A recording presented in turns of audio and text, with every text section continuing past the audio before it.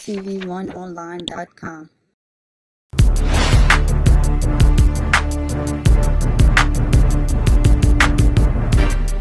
Pastor Haynes, I've consistently said that the problem today is that there is no clearly defined effort by progressive clergy to confront the issues of the day. Right. Pastor here, pastor there, some Right. coalitions, but you simply don't have what you had with the SCLC. Right. With Dr. King, where you had clearly defined infrastructure driving the issues. Right. Your sense of the clergy and its responsibility in terms of its public policy and that kind of momentum. Well, I think you hit the nail on the head.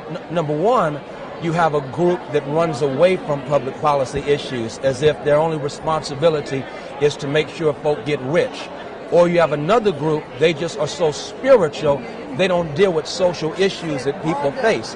And then you have here and there some people who are trying to raise issues that affect our people every single day. And that bothers me because how can you preach to me on Sundays about my soul, but you never deal with the issues that confront me once I leave that church? And until we recognize, and I really believe, Roland, that the crisis in the economy, the crisis in our community, is a vehicle that God can use to help us to step up as a church and say, hey, these are issues your people are dealing with. Deal with them or you're going out of business. 2006, 4 Baptist organizations come together, big meeting, Right. photo in jet, Right. about we're going to address these issues, we're going to counter the religious right. Right. And I don't like covering announcements. I want to see the follow-up 6 months later. Right. I had Reverend Stephen Thurston on. What have y'all done? Nothing. I said, okay, fine. Midterms are here. Let's come back in 07. We got presidential election coming up in 08. Primaries. Comes back 6 months later. We got a meeting for January 08. I'm going, okay, the primaries already started. You already late. Right. And so big announcement. 4 Baptist groups coming together, driving public policy. 5 years later, nothing. Right. What does that say about organizational leadership where you got an infrastructure in place, but then you have no follow-up? Right. And not only that, what does it say about the fact we have so many hurting people? You have more people now in poverty than we've had in almost 30 years. On top of, and it's not just black people, but all people are suffering.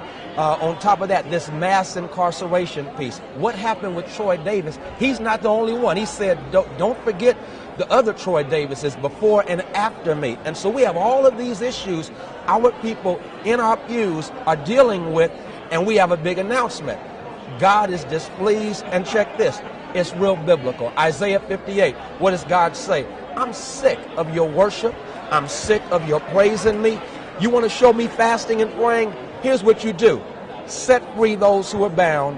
Feed those who are hungry. That's fasting and praying. That's the Bible that we've edited out. So what groups are you working with, what pastors are you working with to try to make this a reality? Yeah. To get other pastors on board to say, look, Dr. King, Reverend Abernathy, Andrew Young, people forget was a reverend. That's right. Reverend Jackson. I mean, That's right. had Reverend Hosea Williams. Right. You had pastors, Reverend James Lawson called the roll. who were leading the effort. That's right. That's right. And so now I'm with a group called the Samuel DeWitt Proctor Conference. Matter of fact, we're hosting a conference next week, which we hope to energize a movement against mass incarceration. Michelle Alexander, author of The New Jim Crow, she's our special guest. We're calling pastors from around the country. Let's focus on this issue that affects all of us. If we had people to stand up in our church, as Jesse Jackson always does, who have relatives in jail or friends in jail, everybody stands up. And so this is an issue that affects everyone. Mass incarceration, injustice in the criminal justice system. This is what we're doing. So we have a group of progressive pastors saying, let's get this. I have a group of pastors in Texas, Rick Perry State, where we get inundated with payday and auto title loans. We've organized because we've said, quit pimping our communities. Quit throwing us the trash of economic predators. We want real economic development. 2 issues our people really deal with. Well, I'll make the point very simple. That pastors cannot be about profit. Pastors cannot be about partisanship. Pastors have to be prophetic. That's right. All right. That's right. Freddie Haynes, Hey, always a pleasure. Thank you, Prophet Roland Martin, for telling us what we're supposed to do. I appreciate it. Thanks so Love much. you, man. Appreciate Hey, Bud. it. As you know it.